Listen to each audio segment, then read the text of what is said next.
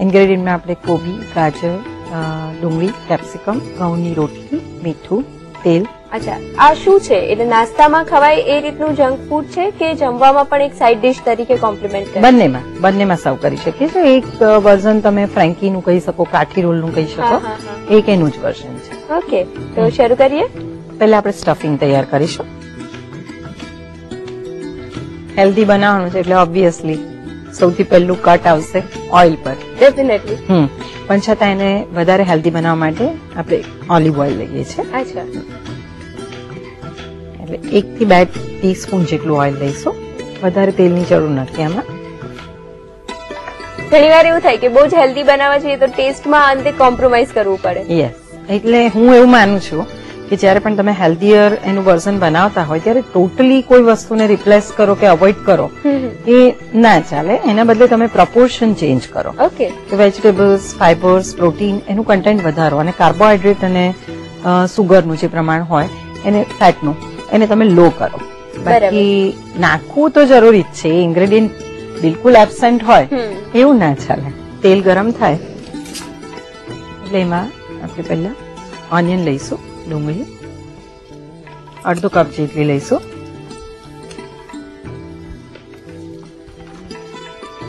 આમાં આપણે totally Cook નથી કરતા, થોડુંક કાચું પાકું જ રાખીએ છીએ. અચ્છા.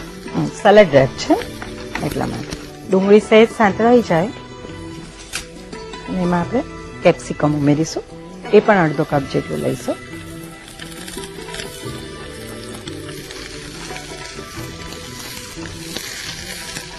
પછી એમાં કેબેજ છે, એ લગભગ 1 કપ જેટલી લઈશું. કેબેજ વધારે લઈએ છીએ. ડુંગળી અને કેપ્સિકમના પ્રમાણમાં કેબેજ વધારે લઈએ છીએ. ત્યાર પછી ગાજર લઈએ છીએ, એ પણ અડધો કપ જેટલું લઈશું. છીણેલું ગાજર. સ્વાદ પ્રમાણે મીઠું, મરી.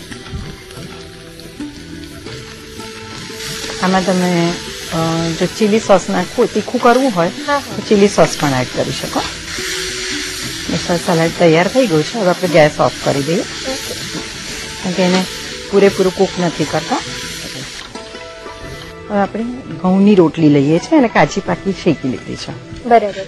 સહેજ એને ઓઇલ લગાવી દઈશું. 2-4 ડ્રોપ્સ જેટલું જ લેવાનું છે. ત્યાર પછી થોડુંક કેચઅપ, ટેસ્ટ પૂરતું. અને કેચઅપ ના લેવું હોય તો તમે ગ્રીન ચટણી પણ લઈ શકો. અચ્છા.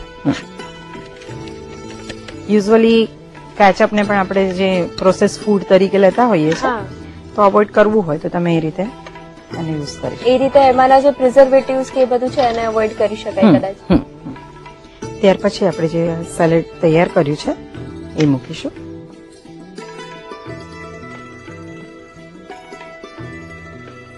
સલાડની ઉપર થોડુંક ચીઝ ટેસ્ટ માટે. અચ્છા, એટલે અહીંયા પણ આપણે ટેસ્ટમાં કોમ્પ્રોમાઇઝ નથી કરી રહ્યા. હા, એનું પ્રમાણ થોડું કંટ્રોલમાં લઈએ છીએ. હા, because cheese is not junk food. એ જંક નથી. ચીઝમાંથી આપણને સારી જે પ્રોટીન કહેવાય એ પણ મળે જ છે, કેલ્શિયમ પણ મળે જ છે. પણ એવું ના હોવું જોઈએ કે ચીઝ, બટર, મસાલાથી ભરપૂર હોય રેસીપી કે જેમાં સલાડ અને હાઈ પ્રોટીન કે જે તમારા સારા ન્યુટ્રિયન્ટ્સ છે એનું પ્રપોર્શન ઓછું થઈ જાય. એ બેલેન્સ કરવાનું છે આપણે. આમાં સેલેડ લઈએ છીએ એટલે વેજીટેબલ બહુ બધા છે, ફૂલ ઓફ વેજીટેબલ છે એટલે સાથે થોડું ચીઝ જાય તો ફેટમાં બહુ ફરક નથી પડવાનો. પછી એને આપણે આ રીતે રોલ કરી દઈએ છીએ. રોલ કરી અને ફરીથી એક વખત થોડુંક ઓઇલ, બિલકુલ ડ્રાય ના થઈ જાય એના માટે.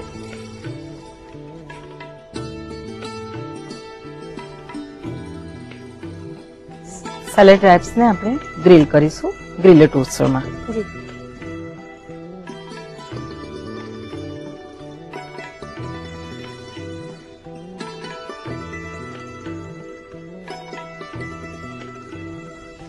એને લગભગ 4 થી 5 મિનિટ માટે આપણે ગ્રીલ કરીશું. અચ્છા, અને એટલી વારમાં એક મહત્વનું કામ કરી લઈએ.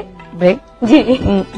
તો whole wheat salad wraps grill થઈ રહ્યા છે એટલી વારમાં આપણે હમણાં એક બ્રેક લઈને પાછા ફરીએ. આ કોડ કપટથી